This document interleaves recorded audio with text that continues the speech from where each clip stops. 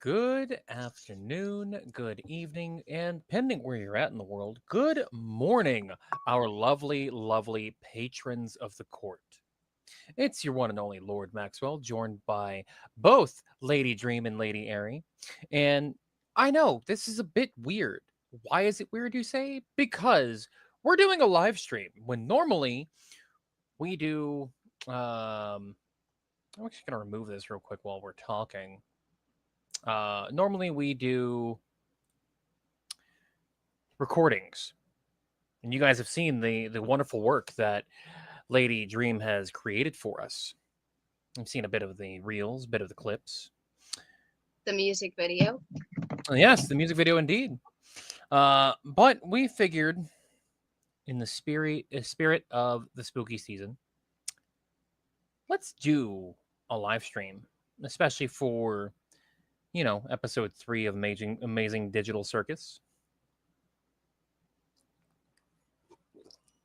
Sippy cup. Sippy mason jar. Now, what we have planned today is going to be a unique experience.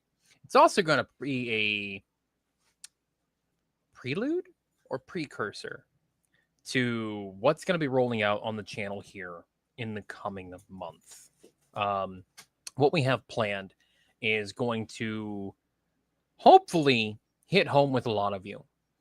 But as I said, I am joined here today by Lady Dream. I am joined here by Lady Airy. And we'll go ahead and take a moment for them to introduce themselves, starting with Lady Dream. Hi guys, I'm Dream, and I will be one of the hosts here, and I am your lovely local sadist on the show. And so I will be going into every detail of what is fucked up about this, my favorite episode. So I hope you guys will enjoy. Lord Maxwell and Lady Airy have not seen this episode yet, so I am 100% here for it to let them speak first and then fill in any blanks they might have missed. Yes. Hello, I'm Lady Airy. Welcome to Court. I am very excited for this episode. I have been desperately trying to avoid spoilers of all the episodes. My train of thought's gone. But I do think this episode's going to be good. From what I have been told or have heard, it is quite scary in some parts. Tad bit. But It is spooky. It's going to be fun. I think it is going to be fun. Now, with what we've seen of Amazing Digital Circus, a lot of it has resonated within myself, within Airy, within Lion, and within Az, which has provoked, I would say, in depth, to put it lightly, discussion. Things have been a wonderful experience, us being able to fully find connection and relation in either personal experience or secondhand experience for pretty much everything we've gone through so far. Now, we do apologize for everything being out of order, as you will probably, those of you who see the live stream first, you will more than likely see that, hey, this is episode 3, where's episode 1 and 2? Those need editing. Those will be out shortly. I'm giving that caveat explanation there. We want the best content out for you. So, the best that we can make, at least. So, give it some time. Those will be rolling out. But eventually, everything will go in the same playlist, being the ADC React. But without any further ado, let's go ahead and get this added back to the stage. And let's go ahead and ask ourselves a little recap. Who remembers what from episode 2? Bueller? I barely remember most of it. I know there's a couple parts of it I remember, but my brain's kind of scattered.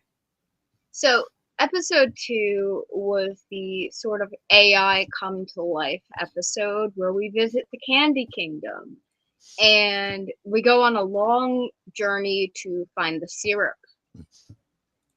And, you know, Pomni goes out, has an existential crisis with Gummy Goo, the alligator, and we kind of explore the thought of how AI would feel and what emotions it would get from finding out that it is different from a living person, and trying to relate that to how we exist now. I do recall that how do I phrase this? Seeing I always butcher the pronunciation of it, but the existential crisis. Existential. Existential, thank you. That sheriff? No, believe it was a bandit. Went through. Always just hits hard. It questioning of one's mortality, of one's purpose, came to mind in such a form that it was disheartening. It was saddening. I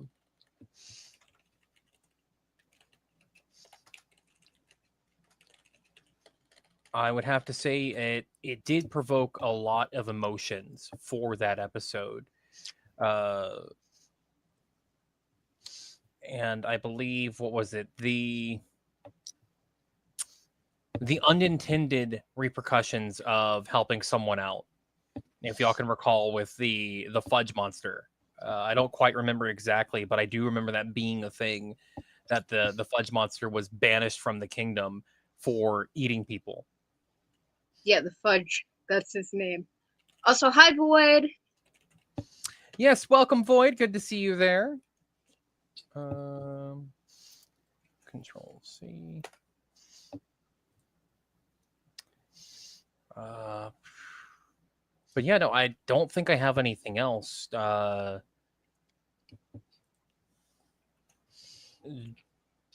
Dream, Ari, do y'all recall anything else?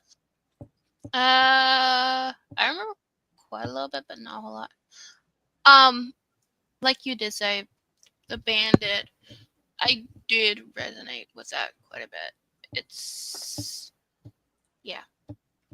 Yeah, we go into these cute adventures, and they're really cute, and then all of a sudden, like, it's like, do you think your mom's gonna be okay? Yeah, that's like, oh, I didn't think about that. Yeah, for real. Yeah, that line hit hard after all the goofing around and stuff, and it's just like, okay, yeah, we're gonna feel some emotions for this character. This character that we go into knowing is not real. Or such as this character we may develop attachment to or bond with, and then so and so might happen, and it's like, oh, we didn't see that coming. Oh yeah. Mm-hmm. All right. So are you ready to get into this episode? Because I'm excited for it. I am. I'm ready for it. I'm wearing my Kinger shirt, guys. And it looks fantastic. I want one of my own. Mm-hmm. So, without further ado, as we get underway here, for those of you who are joining us and seeing this for the first time, I'll give the explanation here. You will probably have the explanation done in episode 1, where it continues on from there. What we'll do is we'll watch segments, pause the video, and then discuss. The cue for pausing is, hey, pause if it comes from Lady Dream or Lady Airy. If it's from myself, however, because I'm the one controlling this end, I'm just gonna pause it, and I'm like, sorry, stopping here for a moment to discuss this facet here. So yes, without further ado, let us get underway. Volume check, crank that up. Oh, yeah, I do want to clarify that we are only doing this live because it is spooky season. I will be going back through it and editing it and posting it in order later, but this is for you guys for spooky season. Yes. The Amazing Digital Circus, Episode 3. The Mystery of Mildenhall Manor.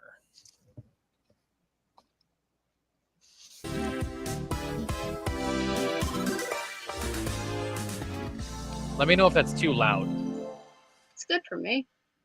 That sounds perfect for me.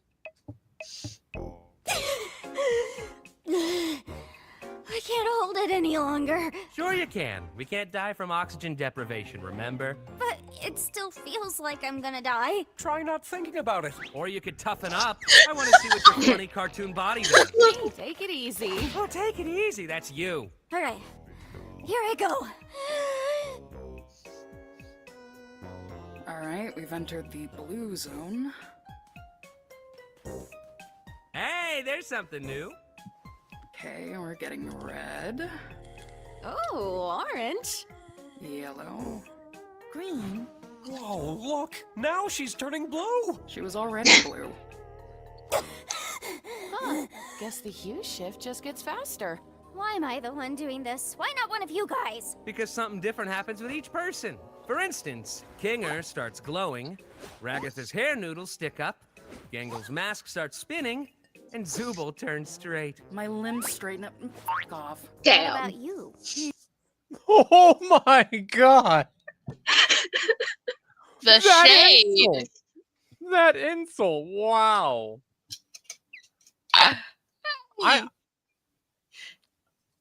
I don't know how to feel about that one. That one stung like ow. Damn.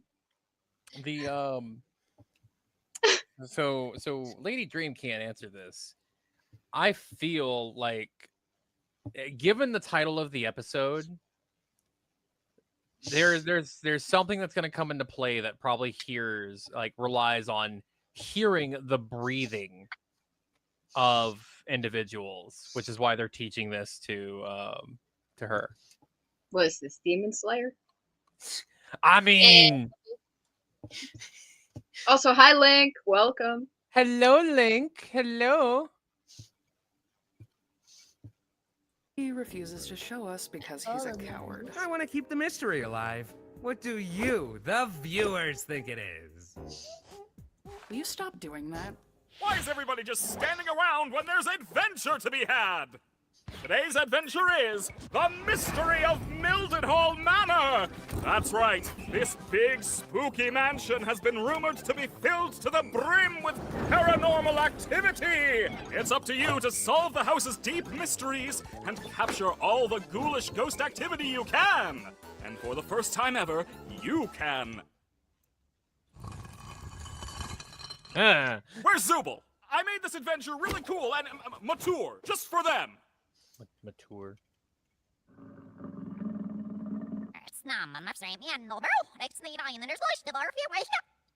What? The NPCs aren't gonna become self-aware in this one, right? How should I know? I'm not the boss. Oh wait, yes I am! Anyway, everybody into the fractal noise. It's adventuring time! Hi Motoko, yes, we're finally back. Oh, this place is spooky. I wonder how hard Kane's gonna go with the scare factor. I hope this adventure doesn't end up being another horrible nightmare.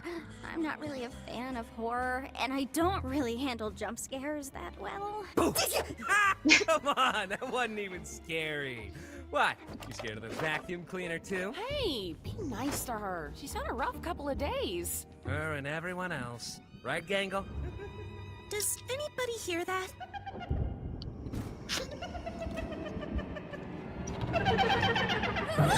Hi, I'm Ghostly, and I'll be your guide today. Why won't they go back in? I remember my first wild take. I don't know why they're not retracting, though. That didn't happen for me. Before you continue on your adventure, you have to choose which door you're gonna go through.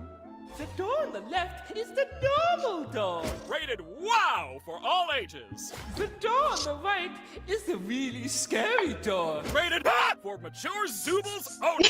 It's up to you.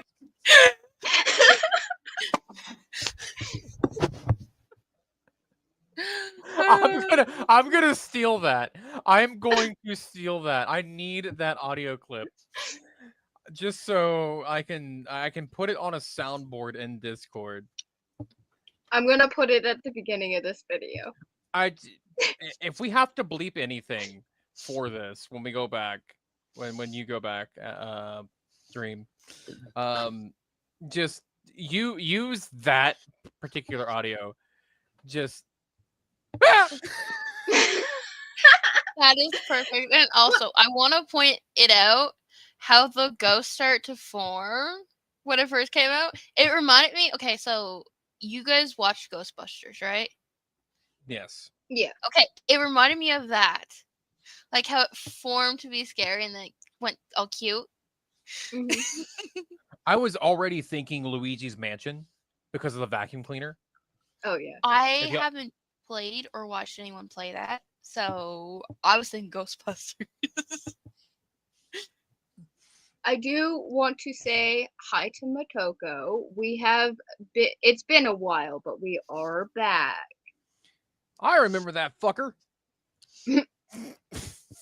But yeah, How so old are you, guys, sorry? which door would you go through? Would you go through the normal door or the really scary door?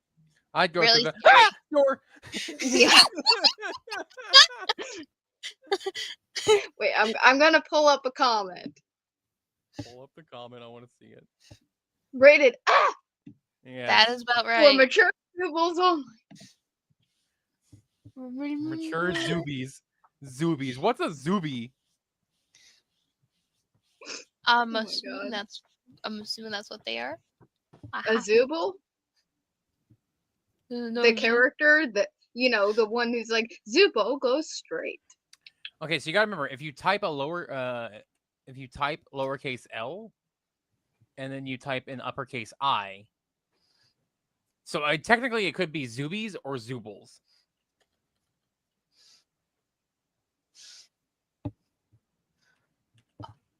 Oh no. Oh.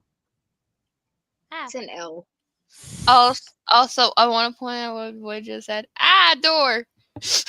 Yes. That's Yes. perfect. Yeah. Alrighty. What the jacks? What? I thought we were supposed to capture all the ghosts. Which door should we choose? Not sure. Let's try this out. Again? Don't worry, Gangle, I'll get it for you.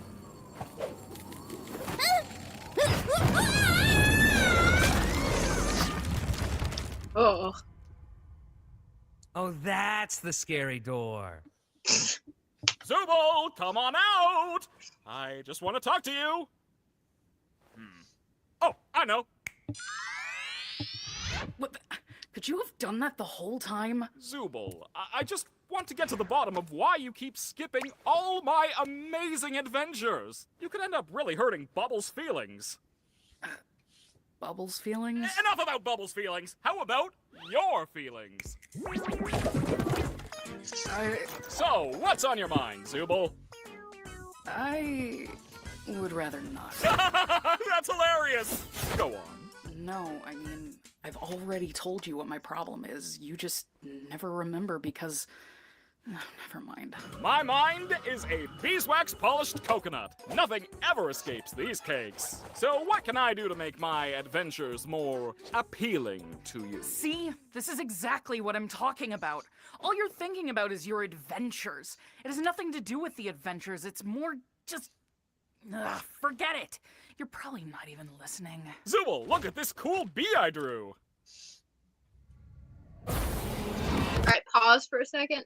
Deal. Yeah. Go ahead. That's kind of how I imagine like the initial session 0 of therapy. To be quite honest, that was session 0 of therapy, where the therapist was gauging like how I respond to things and what my temperament is at. Like that hit close to home. But then again, remember, I'm under VA healthcare, so I don't know if that's the norm or not. Ari, you got anything to say? I was gonna say, if I went to therapy and the therapist kind of acted like that, can I draw bees with you? Fair. Now, did you guys catch why he did that? So we have talked about the theory before about I'm forgetting the ringmaster's name. Cain.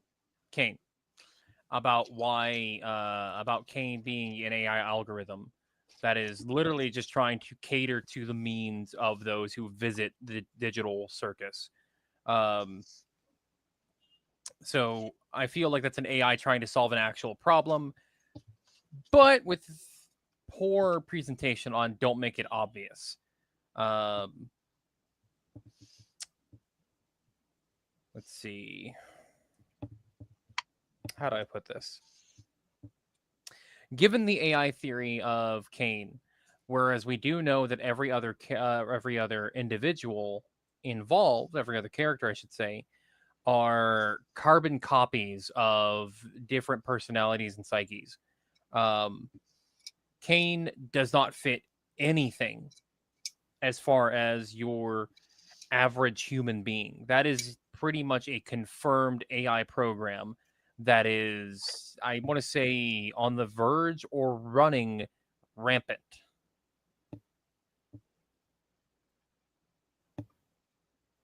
All right, are you done or? Yes. Okay, so he's trying to cater to whatever they want, and Zubul immediately says, "You're not even listening to me." And then he draws bees.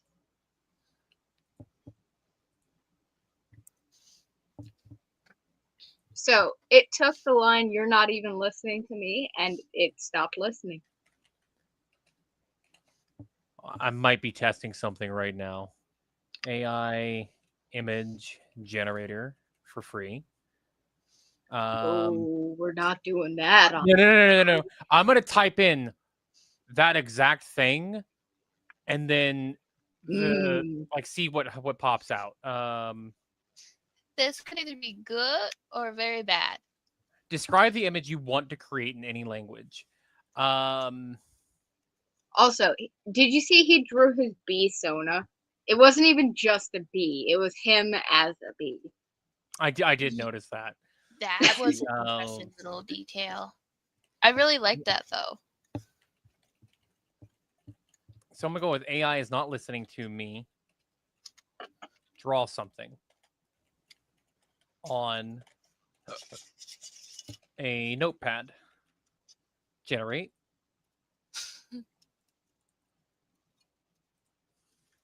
Just so we are clear. It makes you want to create an account. Find another one. Yeah, just so we are clear, I do not condone the use of AI at all, ever, for anything.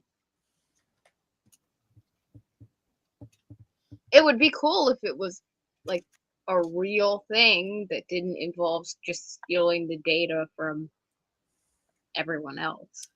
Yes. What was that? What did it give me?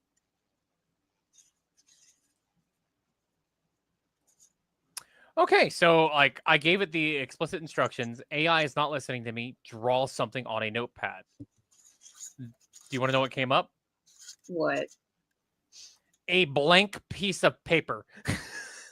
Damn. Well then, I guess it's not listening then. I was a little hopeful that something would happen, but not that hopeful, and I just got disappointment. Honestly, seems legit. Yeah, sounds about legit as it can get. All right, I'm ready to continue. Oh yeah, I'm ready to continue. Where are we? You see why we had to do this now? Yes. Oh, that's... No. Whoa, whoa, whoa, whoa, whoa. I wonder what this thing is. My name is Baron Theodore Mildenhall. Hunting has been a hobby of mine for as long as I can remember, although one could say it eventually became more of an obsession. The creature you see before you is one I've been pursuing for years.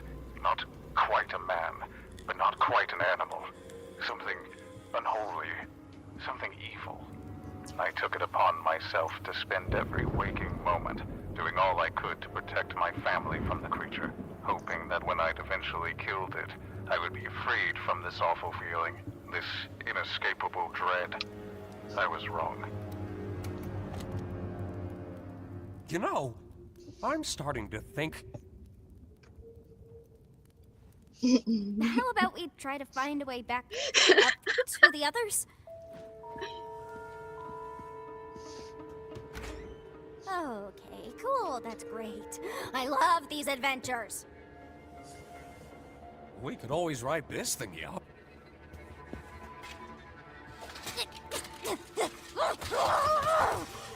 It's locked. It's locked, of course. It's locked. I love that it's locked.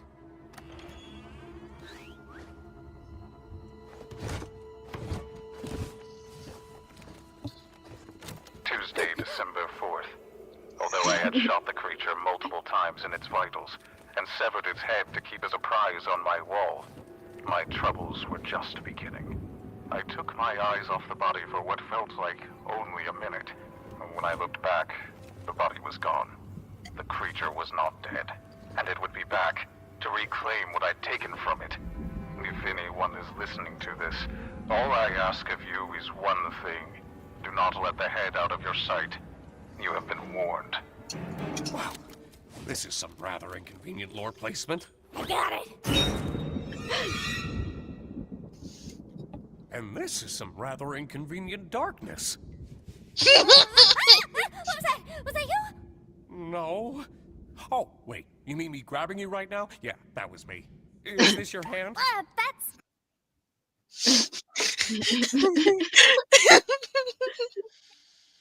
I feel like only Kinger could get away with that by accident. Like Probably. you put Jax into that, Jax is gonna get just straight up decked.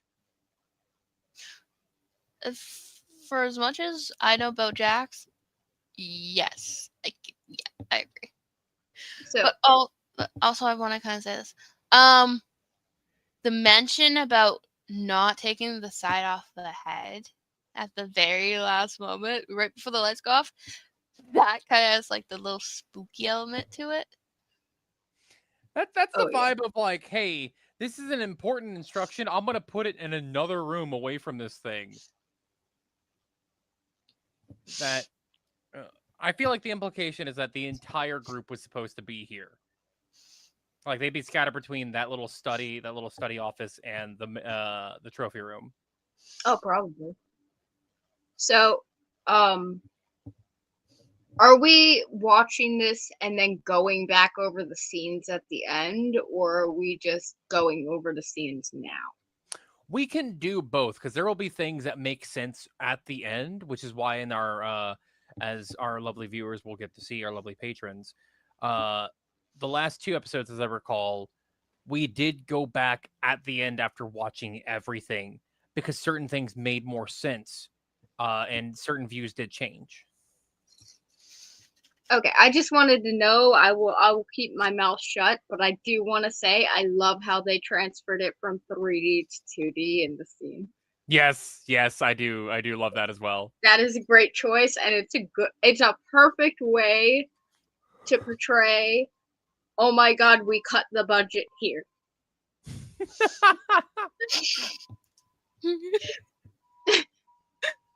I mean, now that you're kind of mentioning it, I do get that vibe. Can you rewind it a little bit? Yeah, Where it started? But which eye? All right, I think it was there. Really don't think that Will you stop touching my eye? Oh, yeah, sorry. I just remembered a really funny joke. Why did you scream then? maybe it wasn't actually that funny. Oh my god. Trauma. I think we should hold on to each other and slowly make our way back into the trophy room. Sounds fine to me.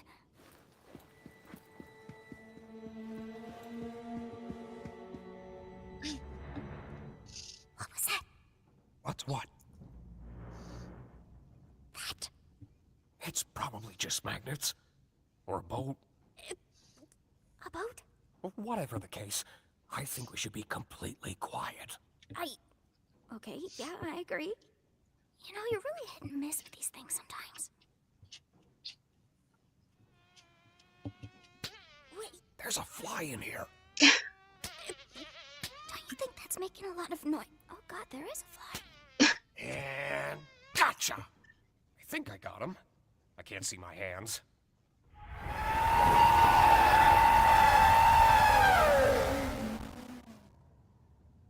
I'm sorry. Could you speak up? I couldn't quite make that out.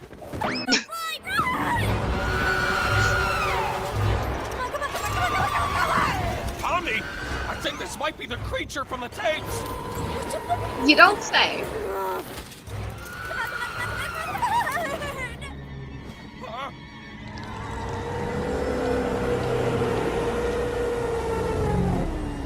You look beautiful, honey. Got it. Huh? Oh, yeah. Prepare for takeoff, because this boat is going up! Huh? It's not up. It's not up at all! Why are we going up? Up! I do not use my adventures to torture my guests! Any torment I inflict is 100% accidental, like any good war criminal! We weren't even talking about that. I really couldn't give less of a crap about the adventures. Then what is your problem, Zooble? I'm trying my best to remember, but both you and my brain won't tell me! It's me, remember? I don't like myself. I hate this body. I hate all these stupid removable pieces. I just want to find something that feels good. Oh, yeah, now I remember why I couldn't remember. It's because that problem is already solved.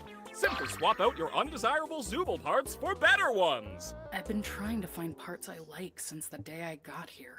So, back to the adventures. Forget it. Forget it? Just forget it. Forget what? Kane, nobody likes your stupid adventures. Ha ha!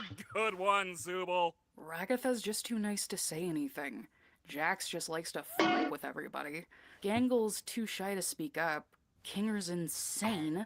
And Pomni, she looks traumatized every time she comes back from one. Oh, Zooble, Zooble, Zooble. Making adventures is my art.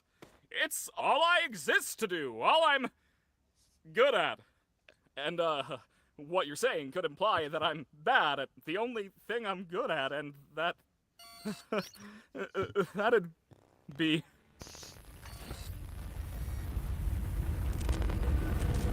Whose therapy session is this again? Oh, yeah! We need to get to the bottom of your behavioral issues. I'm gonna show you some ink blots, and you're gonna say the first word that comes to your mind.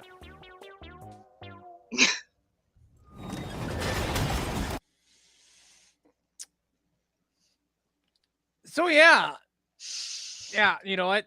Kane is indeed an AI program. That's confirmation right there. If you need any bigger friggin' flag, whew. That one got real. Yeah, that was a deep scene. That was deep. Like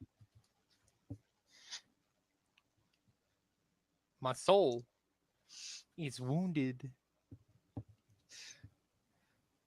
It started out so funny and it got real so fast. That is a recurring theme with ADC that I have noticed, and it gives us that mentality of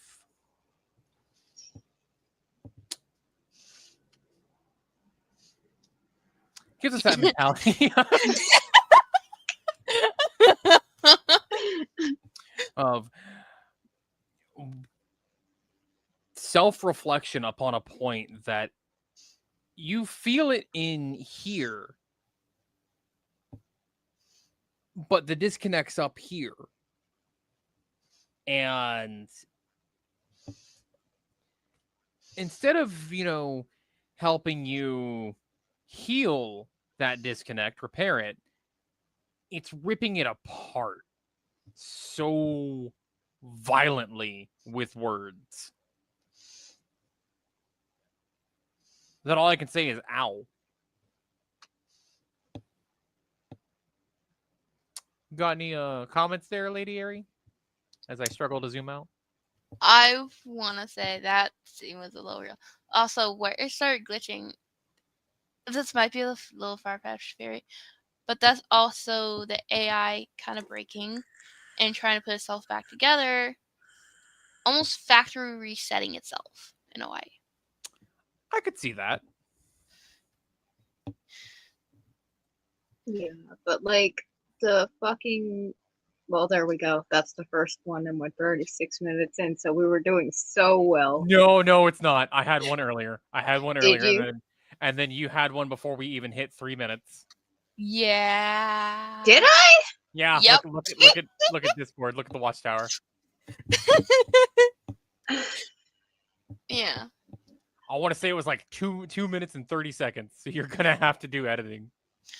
I also do want to say, like, when the monster did come around, the way Kinger's eyes, like when the jaws open, that's kind of cool, like visual effect wise, because how the eyes change, and then when Pommy tries to pull him back, it's almost like he was hypnotized, and they got hypnotized.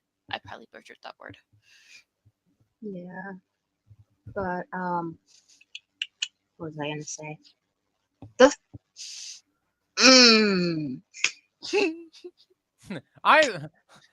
Lady Dream, what's your thoughts? Yeah, so I'm trying to. The thing is that I want to say what I want to say, but I'm trying so hard not to curse, and it's not gonna work out. I cannot say what I want to say without the curse word. So, I'm going to say the fucking gender dysmorphia, though. The fucking body dysmorphia is wild.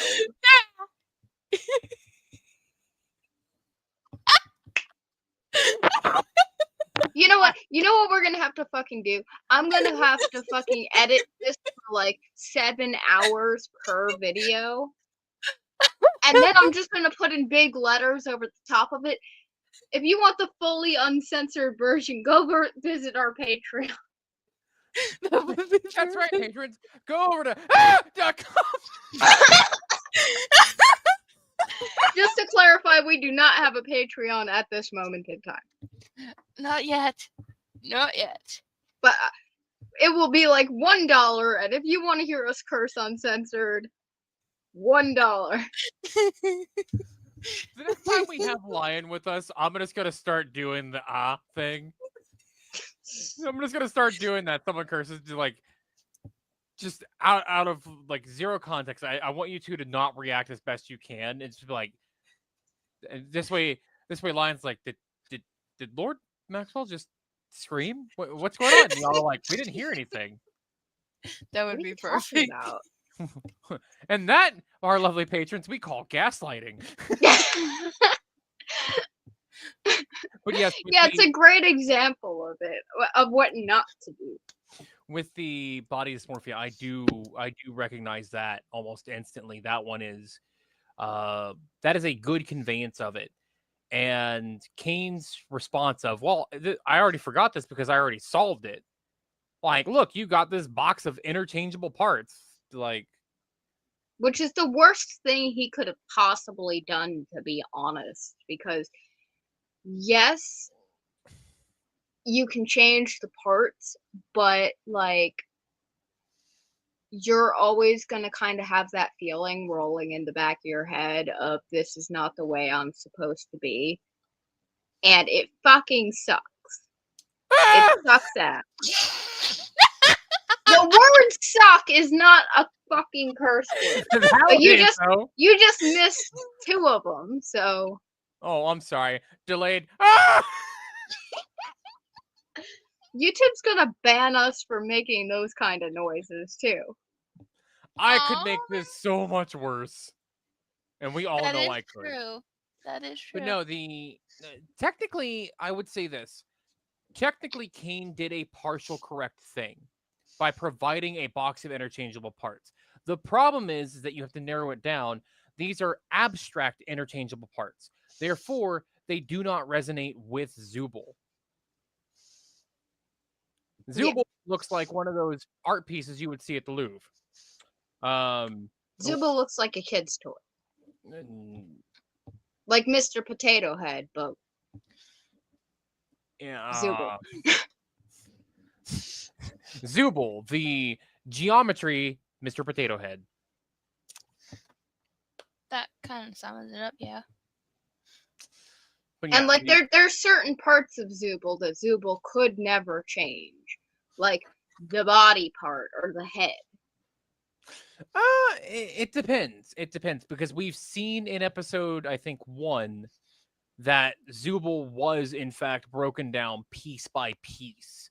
That all segments were detachable, which could imply... but there's no pieces in that box. It's just arms and legs and horns. That might be the perspective we had, because a box that big, I honestly don't think it's just arms and legs. It could be different eye pieces, different neck pieces, different body pieces. Entirely possible. Maybe. But because Zooble's form is abstract, I don't think that Zooble clicks with that abstract version. Comparing Zooble to Pomni, to Jax, to Ragatha, and Kinger, like I want to include Gangle. But the problem there is that Gangle is just ribbon for a body. Yeah. And it's all one piece.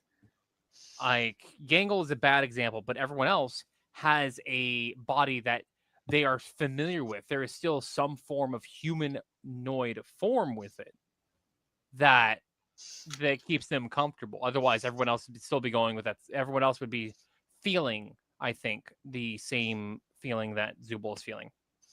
Yeah. And I do gotta add the part where Zooble's like, just forget it.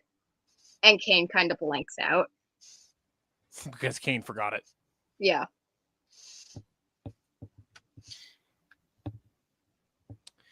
Alrighty. Shall we continue? Oh, yeah. I'm ready to continue. Oh, God. Where are we now? I'm not sure. A cellar of some kind. Things have gotten far worse than I could ever have imagined. My paranoia had driven me to the point where I was no longer the protector my wife and theoretical children needed.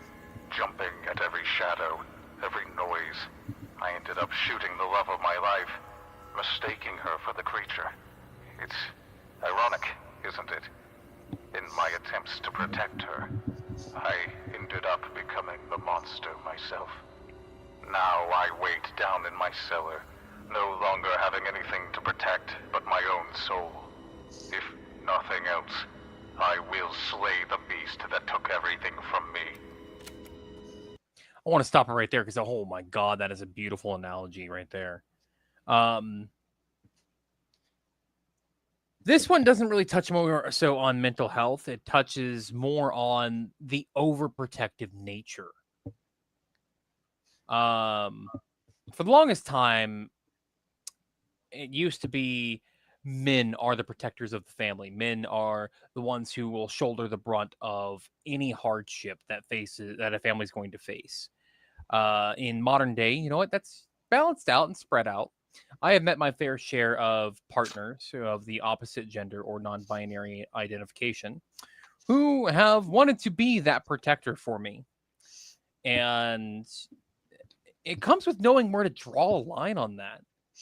You can only protect from so much. And when you cross that line, you start damaging the relationship. the NPC said it was ironic. He set out to protect his wife, only to end up killing her.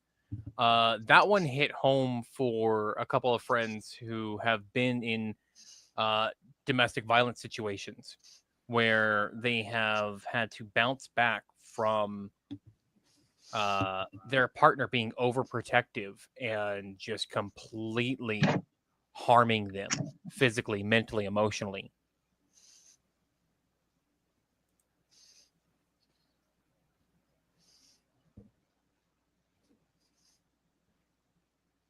No comments. I have no commentary. No, I think you nailed it. Yeah, you did. That was an awkward silence. Sorry, I'm having like a Kane moment. I heard the lines and then my mind blanked, so I had to try and piece together what the fuck you were talking about. Well, I don't really have much experience with that stuff, but like I do understand what you're saying. Okay. It's just I don't have the experience to fully say on it, as I won't fully say on experience. I don't know nor know the feeling about it. It's not fair to the people who have had that done or have gone through that. That's not fair. That's not right to do. Yeah. At all. Also, do we realize like Kinger's got a good back arch here? I'm just gonna point that out. Look at this. Look at this arch.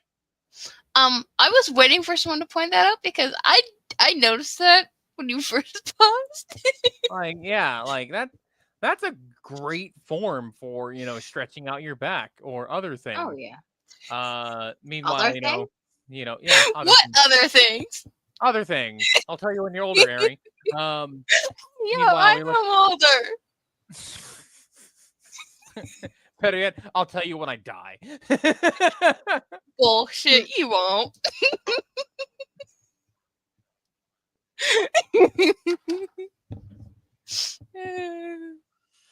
Oh boy. Ready to continue? Yep, I'm ready to continue. How's about we take his gun? Yeah, sounds good to me. Logical horror sense right there. Oh yeah. Please don't come alive. Okay, I won't.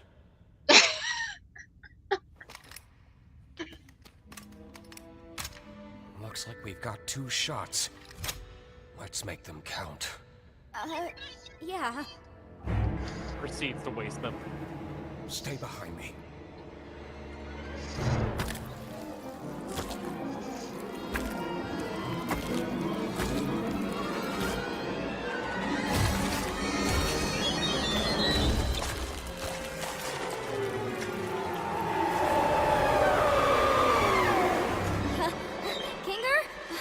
I think we may have a problem this way too.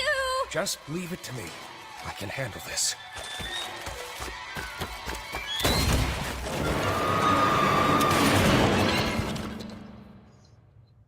Well, that wasn't so bad. Which is what I would be saying if I didn't know that the creature was actually one of God's angels. What? And anyone who brings harm to it will be dragged down into the cold, spiraling pits of hell where my soul resides. I apologize, dear listener, but I need a living host in order to escape the Hall of the Damned, and your bodies will be my only means of doing so. Now wait. How did he record this if he was in hell? I think you're asking the real I hope question. you're ready, because the next breath you take down there will be your last, and your bodies will belong to me. Let go of me! I hate this stupid adventure!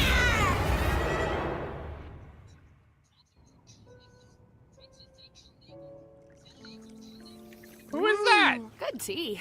Sorry again about your husband God. killing you and everything. Oh, you know how men are. Always having the silliest priorities. Don't I know it?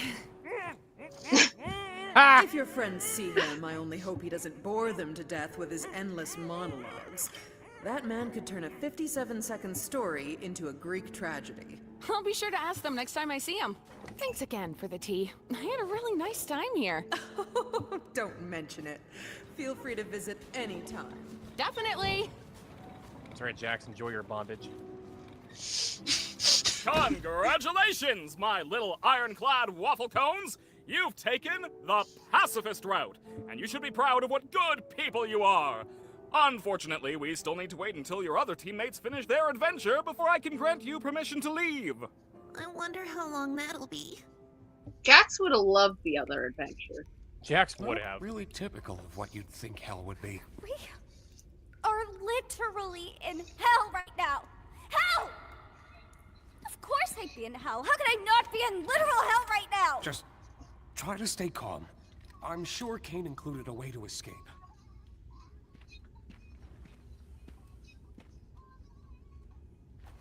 Hold on.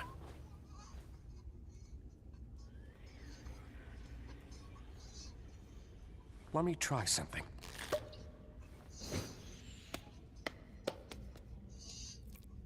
Hey, there's actually a staircase down there. It could be a way out. Maybe it'll work for us since we still have our bodies? Though I'm worried about what that tape said earlier. I'm just gonna try going fast. Wait, Pomni!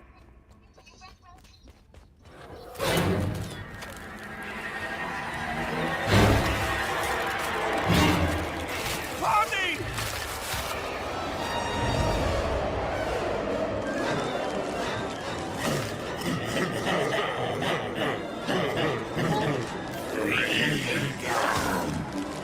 Pomni! Hey!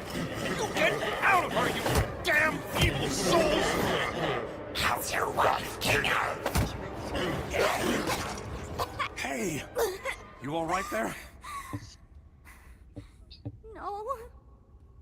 I'm guessing the souls are attracted to living things. Just want a vessel to be able to leave with. Man.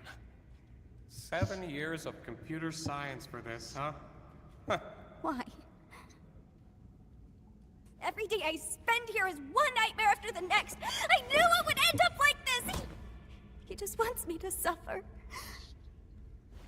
I really am in hell. Don't say that. You're not in... Well, I guess we are technically in... Forget about that. How about we just relax for a bit while nothing's chasing us?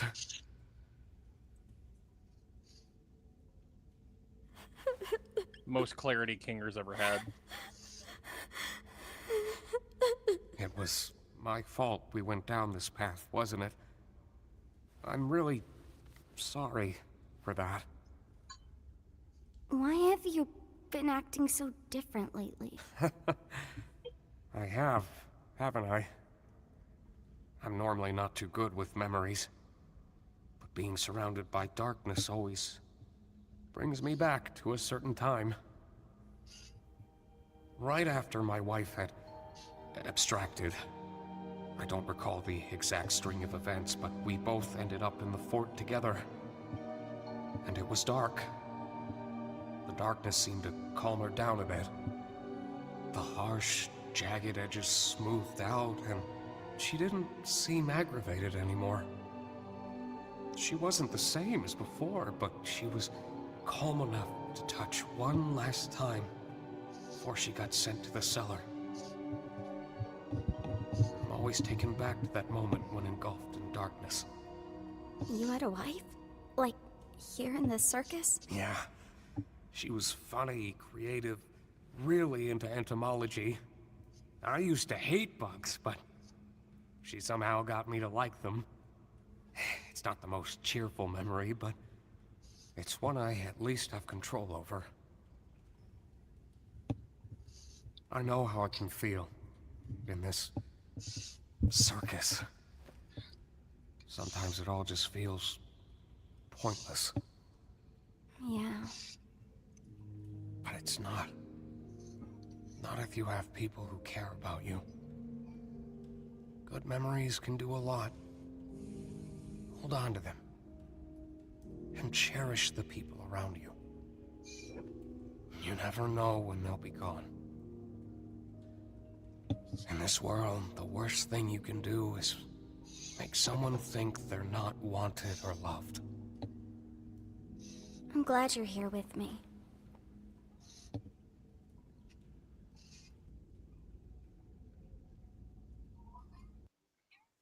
want to pause that there real quick. One, the most clarity I think Kinger has ever had. Two, knowing this about Kinger, just it doesn't blow my mind, but it opens up the possibilities. Like he referenced 7 years of computer science, so it gives us more of a background understanding of Kinger. It shows the commitment he has had to his wife, what he appreciated about her, the things he was willing to do. I've been in my fair share of relationships where, there are some things I just didn't like, and now I like them. In some cases, I love them. Primary example, my current relationship.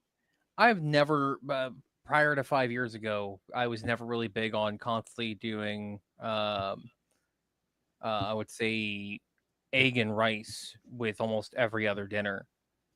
From fried rice to, we're doing teriyaki chicken, orange chicken, variations of Oriental food. And it just, now it's more of, what? I can have that on a day-to-day basis. I love this stuff. This is good. It's great. It's tasty. Poor example, but I do think the example of, she was an entomologist. I never really liked bugs, but now I'm okay with them. Is a beautiful example of a committed, healthy relationship. Do you get the joke? I might have missed the joke, seeing the good there. What was the joke? A computer scientist that's not into bugs. Yeah, no, I wasn't thinking like that. No, to be fair, no computer scientist is into bugs. Bugs mean extra work. Yeah, that was. It wasn't something that I caught until like the second time I watched that show, but it was a really good little line to sneak in there. Now I have like no confirmation of this. This is just my theory in particular, but I am 100% convinced that Kinger has created this world. So you think he's a developer? I do. I think that he's a developer and he accidentally trapped himself. Okay, so if we ran with that theory, then that would make sense. Yes. But my question is, and tell me if I'm wrong. How would he trap himself? Because testing the game. That makes sense, yeah. Also, another thing, like how he said the darkness made her calm. Like the light would make it worse. That's really sweet, considering because knowing from what I have seen from like the last 2 episodes, it's every time there's a monster, like every time they extract like that, they're always sent down below, and they always seem so much calmer to compare to the light. It's like that's their safety net. That's their safety spot. Yeah. And Kinger lives in his pillow fort. It's in constant darkness because every time he touches the darkness, his coherence and his memory comes back. Like when he had the bucket over his head in the last episode, or for the couple minutes before he came out of the pillow fort in the first episode. That makes so much sense now. Holy crap. Yeah. Okay, so can I add another thing on top of it? So what if the light is interfering with Kinger's consciousness? Like, the light is trying to control one narrative, but Kinger's pillow fort, in this case, is a sanctuary, kind of. Well, let me ask you this question. This is for both of you. how much more honest are you with yourself in the dark than what you show in the light? Ooh, these are the type of questions I live for. And I want to use other language for other reasons, but this is a safe for work stream. But no, yes, I would say this is an excellent question to ask.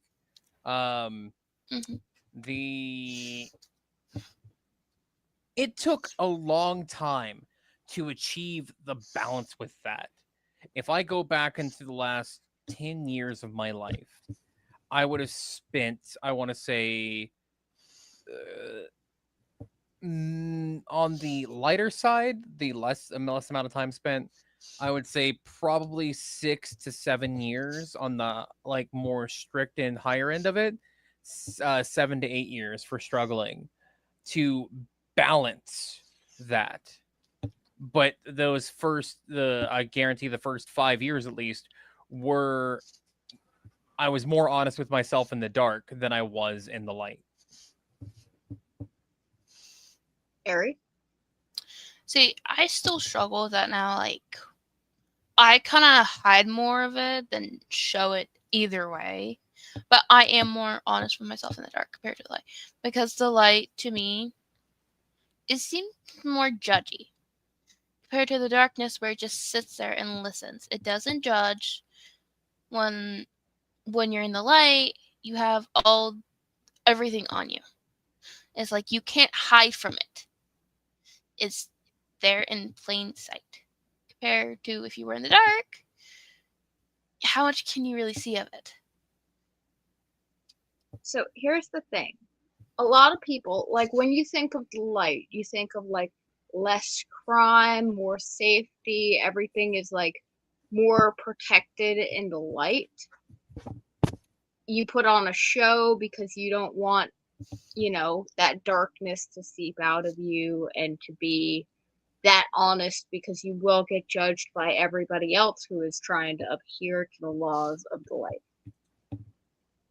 But just like in the light where you have that safety, in the darkness when you are like alone and you're with your thoughts, you have the safety to be able to cry without being judged. You have the safety to be able to explore those thoughts without ever having to think that somebody's going to see you or judge you or, be around. And yes, sometimes it can lead to very bad things, but it's also the time where people are most honest with themselves because, like, how do I put this? Even with like something like crime and stuff like that, which I don't condone on stream, even with stuff like that, like, let's say that you are like hungry and you go and you steal a loaf of bread, right? You're more likely to do that in the dark because like you're gonna try and act like you're not in that kind of situation in front of other people. It's a kind of pride thing, and it's kind of an expectation that people are more likely to do such things. Like, I don't know, like, have you guys like ever like gone to bed hungry? I have, yes. I'm going to say no because that's not how my brain works. If I'm hungry, I can't go to bed. Well, that also kind of proves my point. Like, if you're hungry, you're going to go and eat. Do you know how many people like binge eat in the middle of the night like a midnight snack? Ooh. I would say yes and no. Yes, because I understand the context behind it. No, because I've never seen someone do it. There are entire religions that go, you're not allowed to eat during the daytime. You have to fast during the daytime. But you know what? all that goes out the window during the night.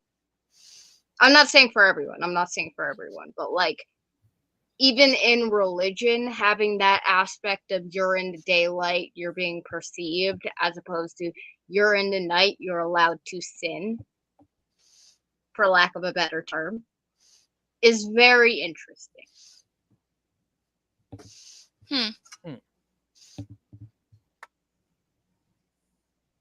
So that dynamic is just something that always makes me think. That's making me think as well. Because I've seen the binge eating at night.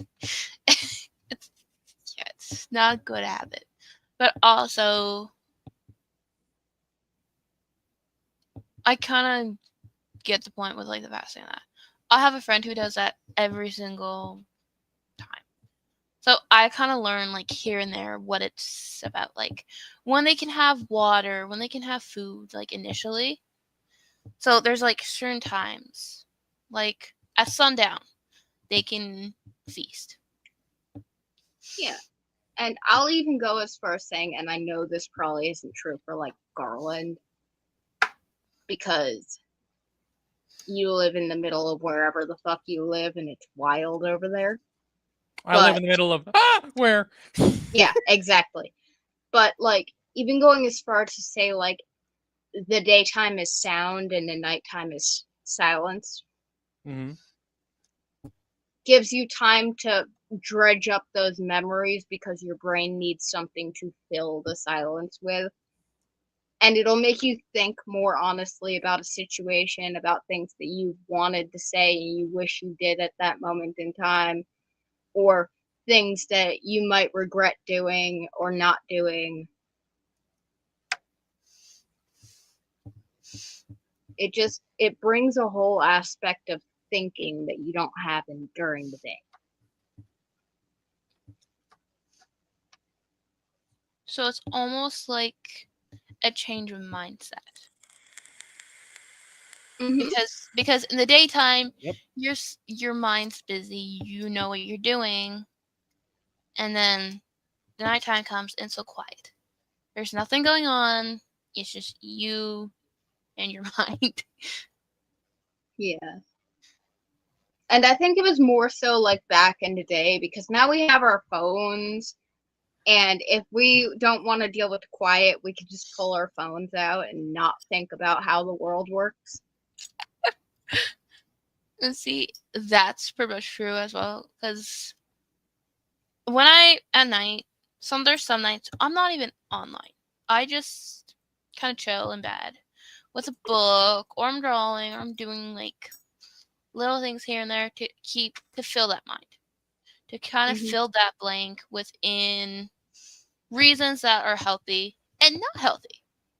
Because yes, you can always think, but there's a limit to how much thinking is healthy for you. There's a line where you're kind of there and you're teetering towards a dangerous edge. Yeah. See, he's giving us a great example of that right now.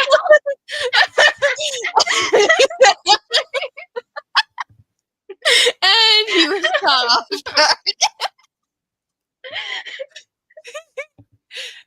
What about that finger to your left? That ain't gonna do shit. Sheesh. Are you ready? I am ready. I'm ready. I'm sorry. I had to respond to it actually in work-related message. No, you're fine.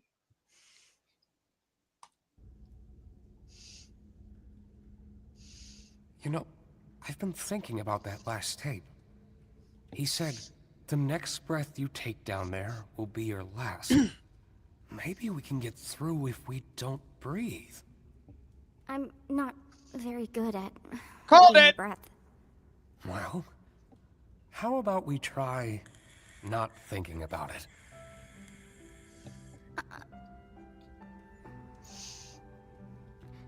If we leave and we go back to the circus, you're just gonna go back to being crazy.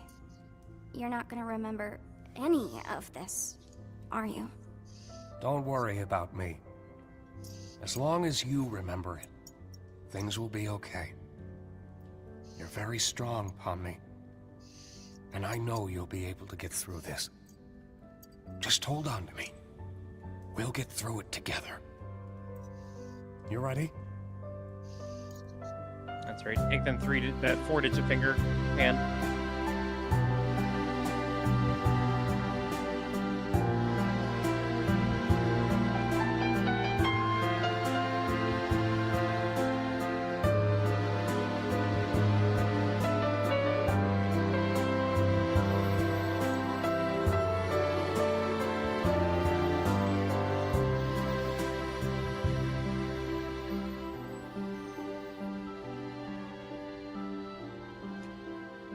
Oh, Pomni, Kinger, are you guys okay? Was it scary? I'm fine, actually. What happened up here? Don't worry about that. Pomni was very brave. At least I think she was. Were you? Something like that. Hey, Ragatha. Yeah? I just want to say thanks for always being concerned about me. I feel like through everything, I haven't really been appreciative enough about that. Oh, thank you, Pomni. I just want to make sure you're doing all right. You know, we care about you. Did you remember to get my comedy mask? And now I'm just starting to wonder if the Wild West was even a real direction at all. Whoopsie daisy, looks like everybody completed the adventure and they're coming home. Quick, pretend we weren't having a therapy session. Okay. Welcome back, my meowing milkmaids. Don't ever call us that again. So what was it like being stuck with the nutcase? It wasn't that bad, actually.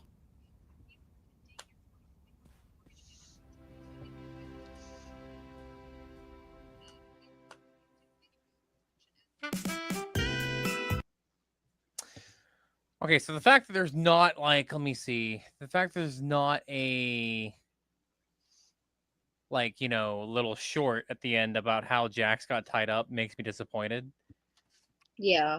But I do feel like this episode did touch on a good amount of things in regards to self-introspection, self-reflection. Good. I mean, I made the statement. Hack called it for the foreshadowing about holding breath. But seeing Kinger glow was kind of neat. That was a beautiful shot. It was. And now we have the understanding of why Kinger is always in a pillow fort. Yeah. And as much as it's sad, it's kind of calming and happy as well. I feel like this episode lacked the amount of normal connections and relations that we see compared to the ones we've done before. What do you mean? I feel like we spent more time in the past talking and pausing more frequently than anything else. Like if I pull our current, like we would be approaching the 3/4 mark of the show in approximately 15-20 minutes by now.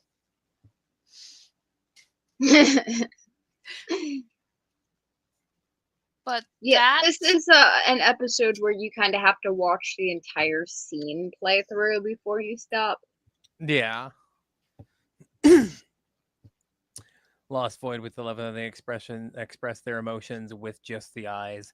Yeah, no, that was good for when it was just that 2D animation, just the eyeballs floating around. But then I also made the comment about Kinger asking the real questions. Like, when did he record this if he was in hell? How did he record this if he was in hell?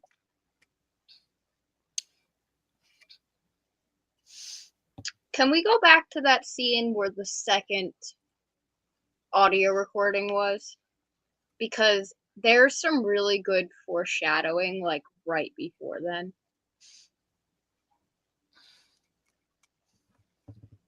That's the trophy room where they find the first recording. Okay, yeah. Go back a little further. Yeah. A little further than this. So here's the Okay. room. Okay, let's. You see the I'm gonna pause it at each drawer opening. I missed it by. slow the video down.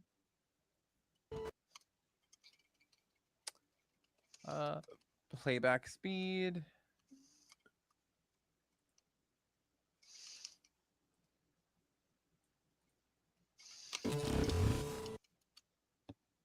Go back a little bit more. We didn't see the first shelf.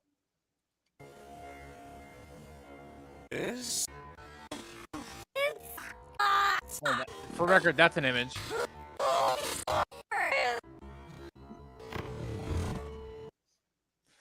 You're still skipped it. No, that's the first drawer. No, it's not. Oh, it wasn't. Missing the family, the heads. I don't know what the hell this thing is. I guess it's the thing with the body, with the head attached. Lots of ghosts. Lots of ghosts.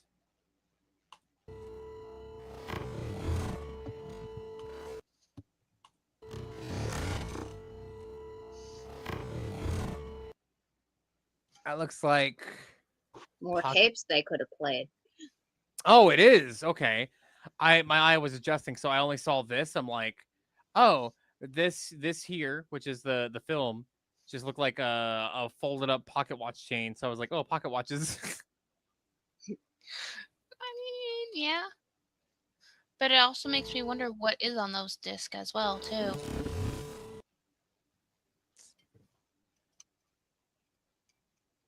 What are these photos of? That has to be the manor in the very middle.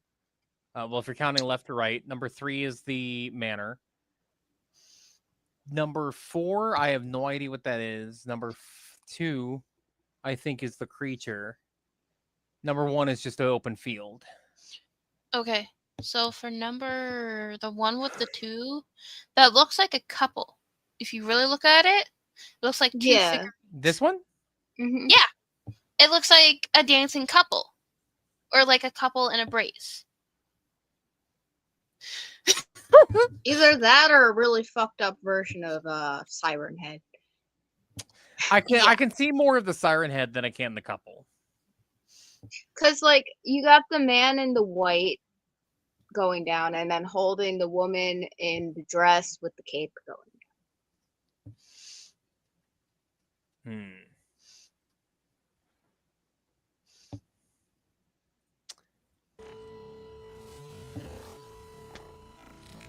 We'll pause right as he pushes the button. I feel like there was more to this, but I'm analyzing the scene, so we can't really see what's on the desk, bottom right. I can't make out the painting or the picture on the portrait on the far top left. Can y'all? No. I can't, but you know what does catch my attention? The one that's behind the lamp. That looks like a real eye. Yeah. And then if you go to the next one, it's almost like the same thing, but kind of cropped slightly. Well, I do notice an eye here and an eye here. I wonder if that's paying homage to Kinger's wife. It could be, yeah.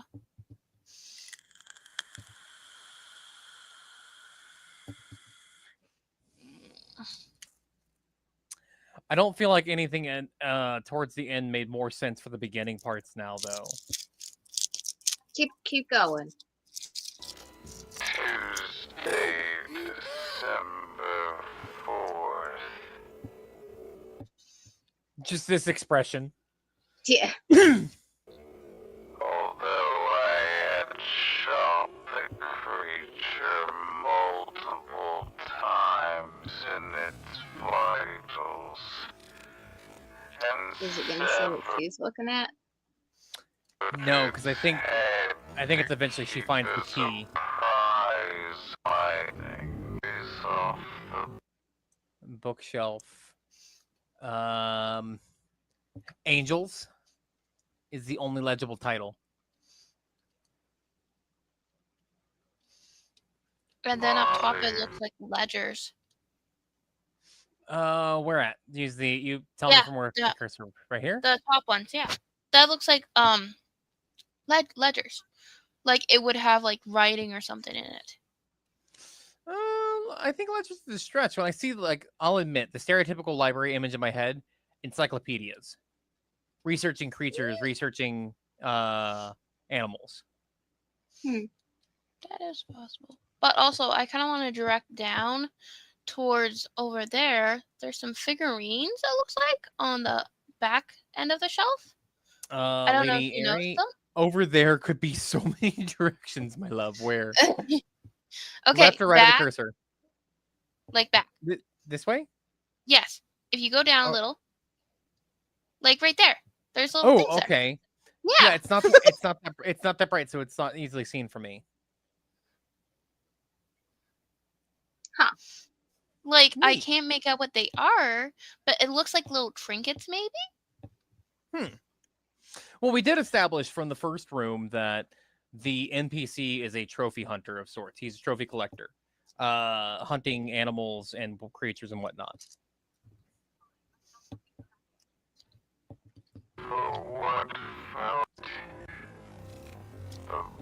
Oh, there, on the table. Yep, eyes. That reminds me of an abstract circus member. Yeah, that's what I was thinking, because I seen that the first time I was watching it, and I was like, wait a minute, is this leading up to what I think it's going to be? It's either leading up or it's concept art of the abstract individuals. That would be a good little Easter egg. If we're doing this whole episode about angels and eyes... Oh! I got it now. So you know how Kinger looked into the big head's mouth? Yeah. And he said, "You look so beautiful, honey." He was seeing his wife. Which that's horrifying. That scene that felt like a nod and paying homage to Stephen King's The It. It's sad and horrifying. It's so body was gone. And the body was gone. The creature confused. Do we see Pomni open the drawer?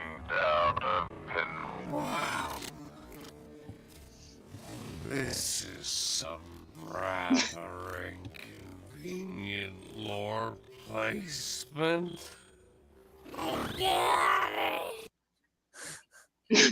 Lore placement.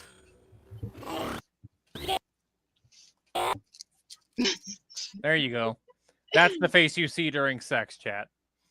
Oh my god! That's the thumbnail. That's how you know. That is how you know you're doing sex right. But no, Kinger calling out the lore placement really begs the question of, like, why wasn't this put where it should have been? It felt like this tape should have been in the trophy room, and the tape in the trophy room should have been in here. Yeah. This would make one hell of a D&D campaign, though. The level of annoyance the players would go through with everyone, like, you know, mobs into one room, they check everything, they mob into the next room, check everything, and they find that, oh, by the way, in this previous room that you could only get to, the previous room that is the only entrance to the room you're in now, there is this big fact. I would have been like, excuse me? Yeah, but if there's this many clues around, just in the drawers and in the tapes and stuff like that, and your players didn't find it beforehand. There's nothing better than a D&D party that just, you know, forgets to check rooms, so they miss so many lore things. And when they start finding the lore out of order after they deal with the threat, just watching them kick themselves and, like, we could have made this so easier. Like, I'll even say, like, hey, the earliest projection of dealing with this entire session encounter was at minimum 5 minutes if you figure it out from the first 2 clues. But then we spend a full 2.5, 3-hour session just going back and forth over how do we fight this thing? How do we hurt it? How do we run from it? That was so painful. Poor Greg, fucking rip Greg. You almost died. For Greg. Poor Greg. But no, just seeing the players go through that, I'll admit this would be a good D&D one shot or just a filler session. That is an agreement I have there. Yeah, but think about it like this. You have all this angel lore in this room that could have told you, do not kill the freaking creature. Don't kill it. Don't leave it the head. If you see the head for the first time, keep an eye on it all times. Don't let it out of your sight. Just tie it up. That would be the solution. Just tie it up. I don't think tying it up would have worked in this instance because the head itself did expand to what I want to say is maybe 5-6 times its size. So the rope that would have been would have snapped. Use chain. Most D&D players don't buy chains. They buy the 50 foot of hemp rope. Well, that's on them for coming unprepared. I mean, the closest thing I have to chains in D&D are manacles. But it's not like I can manacle a head. Oh, I'll just put it around the neck. Oh, wait, there's no neck.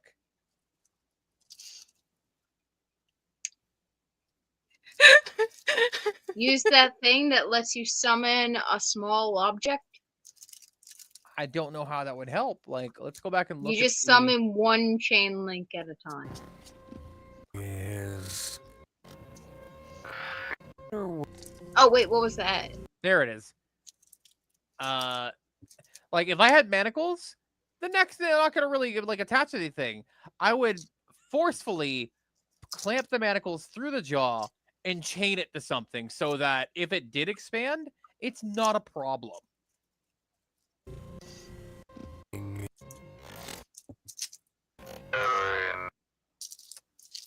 Monster Full rumor, story on page. Wow.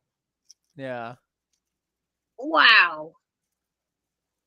Which makes me wonder, who the hell got the description of everything and figured out what happened to do a story on it? So I know the answer to this one. Because when they were in the basement with the body, Pomni said, "Please don't come alive." And the body answered, "Okay, I won't." Which means it totally could have done all this. Well, okay, so if we focus back here, yes. That implies there is a printing press somewhere in this manor. You don't have a printing press in your old manor? No! I don't! You'd use a typewriter. Okay. Even with a typewriter, you could not get...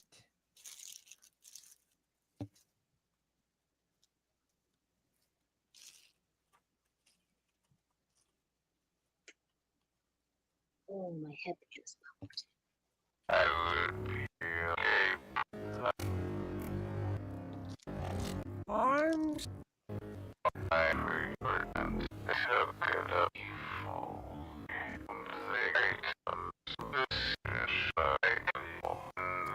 So even with a typewriter, you could not get this size text. You could not. Physically impossible with a typewriter. You would need a full-blown printing press. You just use ink stamps. Okay. You were giving way too much credit to someone who you don't know that has a background in, creating these. Because look at how neat this is. This is not angled. This ain't smudged. Oh no, my elbow was on it. No, this is... There are so many holes. This is what I love about horror movies. When you stop and look at them objectively, it's the question of how does this make sense? They could have read the page and avoided all this. Oh, they would have read this page if they had noticed it, and they would have been set for their adventure. They would have known what to expect, what not to do, what to do. There's a cross on it. I feel like the cross is just flavor. Like, hey, I got this thing, it didn't work. I still died. No, because if you have the cross and it's an angel, shouldn't the angel stay away from you? No, that applies to devils. Well, if it thinks you're a religious person, why would it come near you and try to hurt you?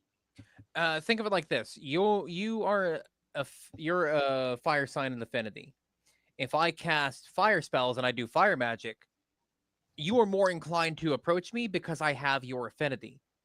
Whereas if I was water, you'd be like, there's nothing in common with this individual. They are the opposite of me. You would stay away from me. Yeah, but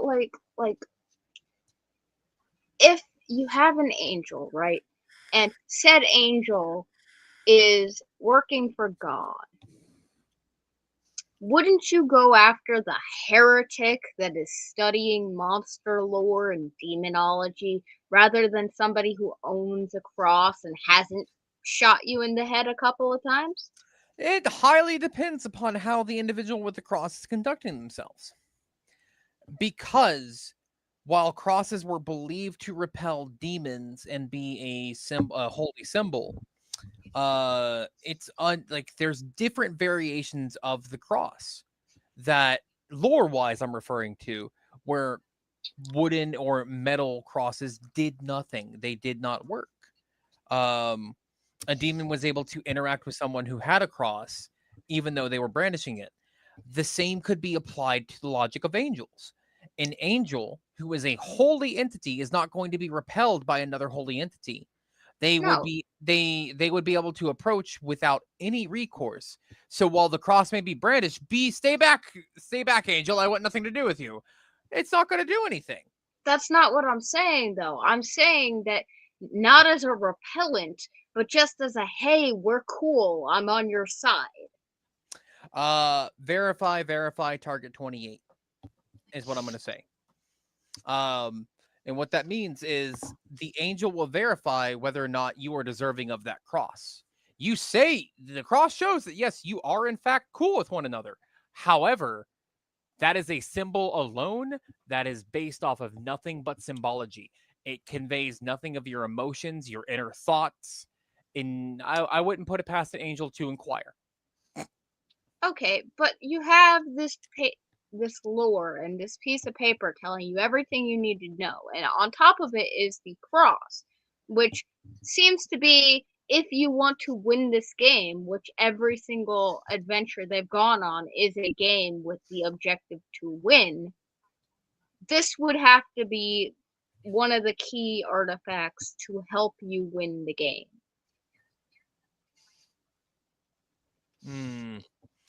I can kind of see it, but it's still, you got to think with horror movie logic. The monster is an angel. It's been harmed once before by someone years ago. We'll give it that caveat. So it's already assessing, are you a threat? It might be one of those scenarios where it's going to charge you, acting like it's going to attack, but it won't attack you. And in that time frame where it's charging you, you run through your head, do I defend myself? Do I fight back? Do I run? If you choose to defend or fight back, that could imply you might harm it. And now it goes, okay, you harmed me. You are bad. Cross be damned. What if turning the lights back on fixed the problem? Because the lights went out and the angel appeared evilly. And in the basement, the body came out. But there was no light in either of those two rooms. And if it runs off the same concept of the abstracted people, then... Okay, so from this shot here, so we do understand that there is power. No.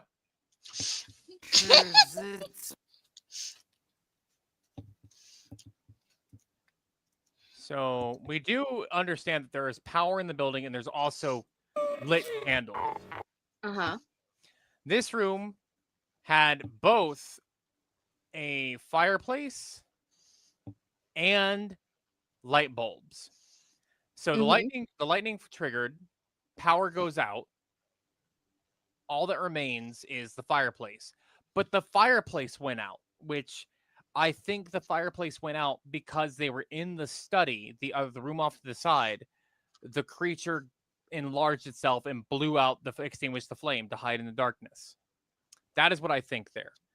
So yeah, turning on the light might have made things somewhat better, but that is a catch-22.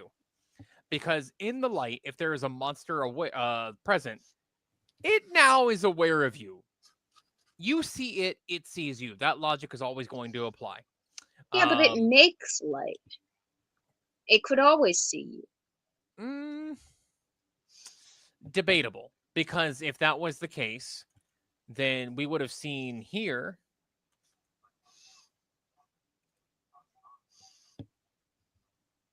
Come on. Do your load, do your buffering. We would have seen here that while they're attacking the Kinger's attacking the fly, it would have attacked them then and there and revealed itself.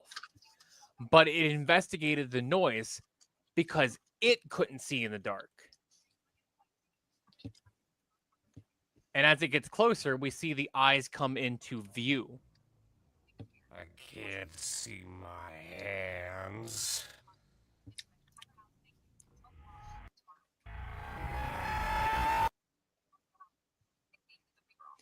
And when it started to screech is when it glowed.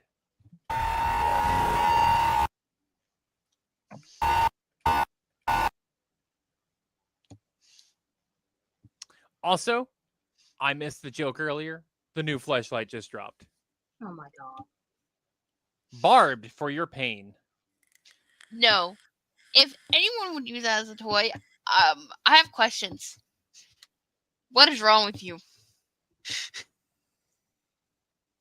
Hey, some people like it with teeth. Do you notice how the one tooth at the very bottom is broken? Huh. Yes.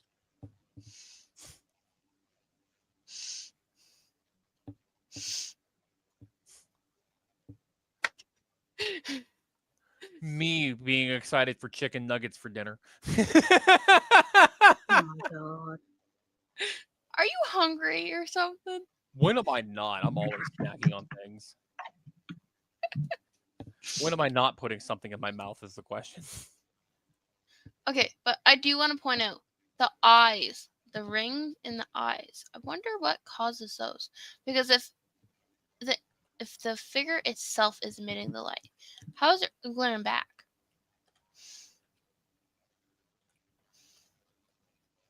Say the question again? Okay, so you know how the eyes, kind of have like a ring light to them, right? Yeah. How would it be glowing like the eye? How would it get the ring light, like kind of effect? I would say because our first image of it, it didn't have its eyes. You got to remember that when it was mounted to the wall, there were no eyes. It was a hollow husk. That is true.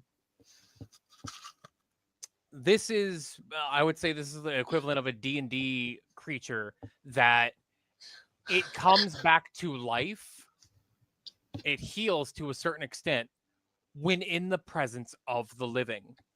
Kind of like how you're going through a crypt and the undead and zombies, everything start to stir because they sense your life energy. They sense your presence.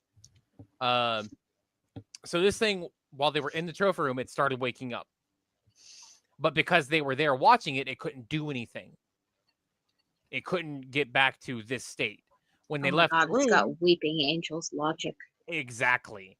But once it was in the dark, the power went out. Like, okay, no one can see me now. They're in the other room. I can start expanding, getting larger, getting bigger. And then once I'm the right size, I'm going to go after them. But the lights went off, so it couldn't see. So now it had to rely on sound in the dark to find them.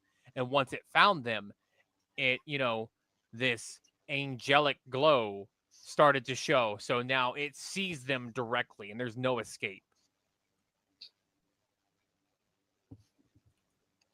That derp face. Okay, so what made you think that it couldn't see them when it got off the wall in the first place? And he looked back and said, "Oh wow, this is some really inconvenient lore placement," and the angel was already gone. So here's the thing. You got to remember, the angel was above the fireplace. Yeah. Look at the angle. There's no fireplace in that shot. No, keep going. I ask of you is one thing. Do not let the head out of your sight. Yeah, there's no fireplace in that shot. So it's already out of their sight. Oh. Actually, no. There might be a fireplace. But if you look at it from this direction, right, it looks kind of blurred. But where's the head place? You got to remember, the fireplace was lit. The fire hasn't gone out yet. The power hasn't gone out yet. Mm-hmm. So let's go back to the room.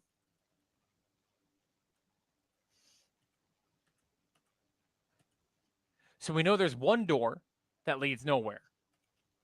Yes. That is a hallway. So if we were to draw a square, just draw a square, the top square is where the fireplace is. The south line of the square, the south side of the square, is the hallway they came from to enter the trophy room, which means there's a door to the left and a door to the right. So either way, if it's one door, left or right, is the guaranteed, these are the stairs that don't exist. You open the door, it's brick wall. The other one, no matter where you go, left or right, because that fireplace is the example north here for the square itself, a square alignment, it is not going to be in line of sight. So when you look at this image, because of the lighting we see in this room, to me, the left side looks brighter than the right. I would say the fireplace is somewhere over here. Play it for a second. Here, hang on a second. Sleep timer, playback speed.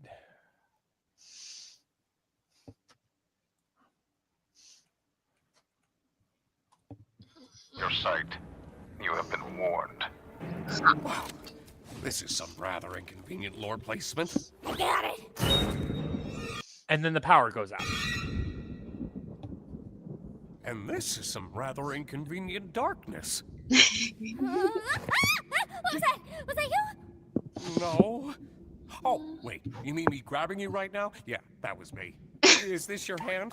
That's my eye. Yes, but which eye? I really don't think that Will you stop touching my eye? Oh, yeah, sorry. What happened? I just remembered a really funny joke. Why did you scream then? Maybe it wasn't actually that funny. Oh my god. I think we should hold on to each other and slowly make our way back into the trophy room. Sounds fine to me. It's probably just magnets. So we'll get to this part here. So if this is the trophy room, meaning the trophy room is behind them. Oh, then that kind of, contextually, that doesn't make sense then. Because I don't remember seeing this archway in the trophy room. Yeah, I wish I had like a map of how this. Yeah, but we did establish that the trophy room has 3 doors. The trophy room has 3 doors. So like I said, if you draw a square and then the top line of the square from top left corner to right left corner, that is the fireplace location, dead center of that. Top left corner to bottom left corner is a door that is either leading to that little study where they found the key and played the second video message or audio message, or it's the door that leads to the stairs that is bricked up, which would mean whatever that one is, the top right corner to bottom right corner line is the opposite. And then bottom left corner to bottom right corner is the door that led into the trophy room. Like, I'm trying to catch the I frame. think I got him. I can't see my hands.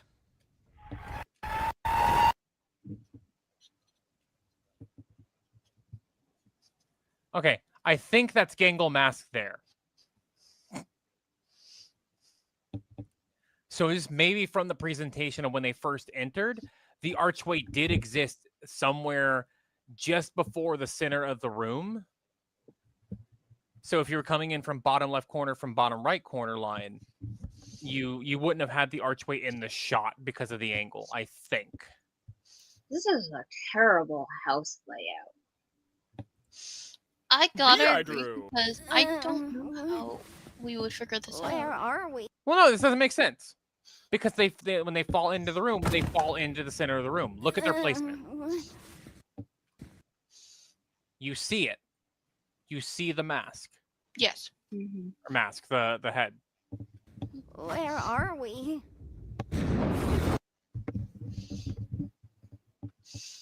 Oh, and it has its eyes here. Okay. Yeah.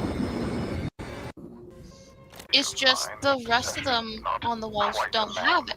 But for you, as one I've been a Oh, yeah, okay. I mixed that up. Oh, that's... Oh, wait. Oh, okay. Yeah, there it is. There it is. We do see the arch. Being said they take their eyes off of the head several times while they're in this room. Oh, that's... Which makes me think that it's not so, like, he might have been incorrect. It's not take your eyes off of it. It's more of, if you aren't in the same room as it, it'll disappear.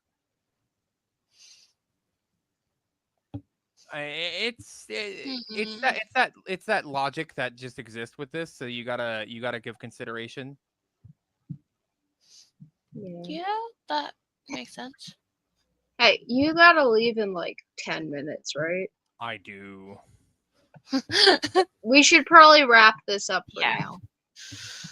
Start wrapping it up.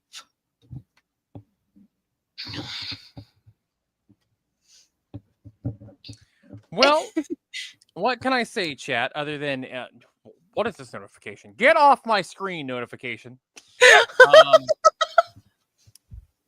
Gonna tab back over here. Let's enlarge our lovely faces by removing the oh, I almost removed area. No, remove this. But yes, chat. Yes, our lovely patrons. What do you all think of today's episode? Like, there's a lot here to unpack, a lot here to self-reflect on. That's for sure.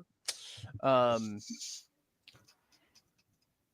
just completely love that Kinger on your hoodie. Yeah, the Kinger shirt. Yes, I love it.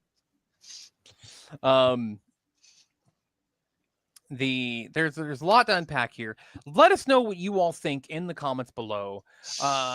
And if anyone is able to like piece together the design of that room, also give us that as well. We would greatly appreciate it.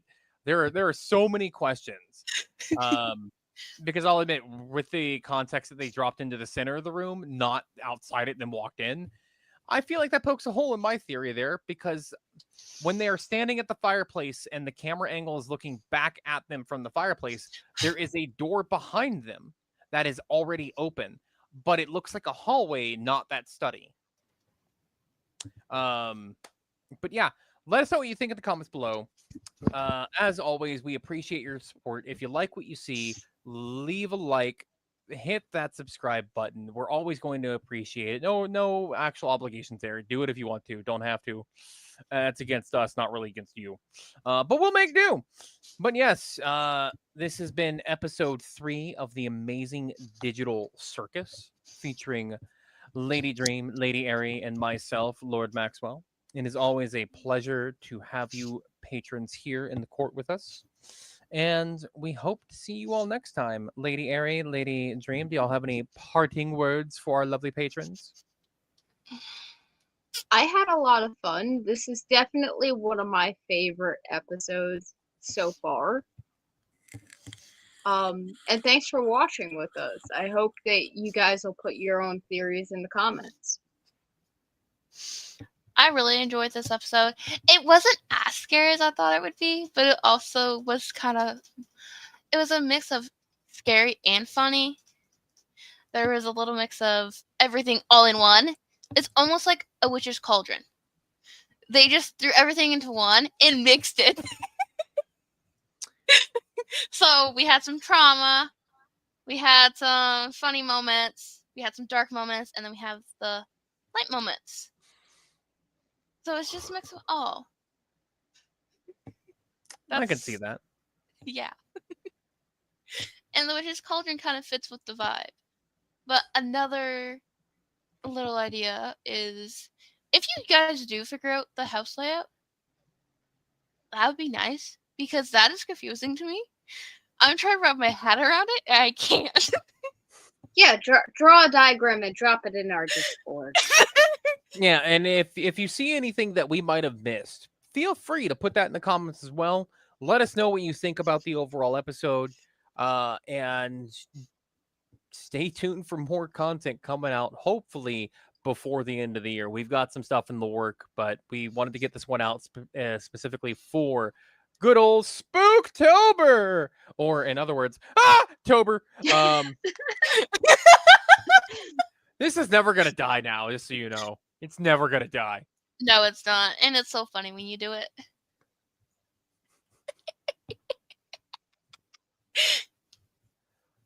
If I ever get the chance to join one of Lion's streams for voice, I'm just gonna, what's up, Lion? Okay. But how about making that a soundboard? And No, I said that. I want the audio for this. I want the audio for that to put in the server. I'm I will Instead of it spam taking that. it from the actual show, we just take it from Garland. Yes. Like, hey, Lord Maxwell, get over here in the studio. What you want? Just make noises. Oh.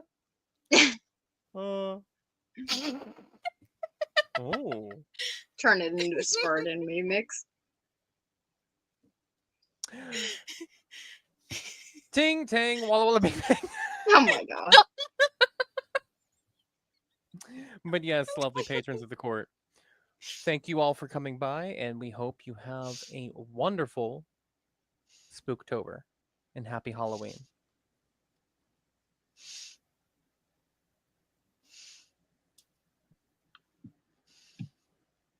Lady Dream, that was your cue to hit the button. Yeah.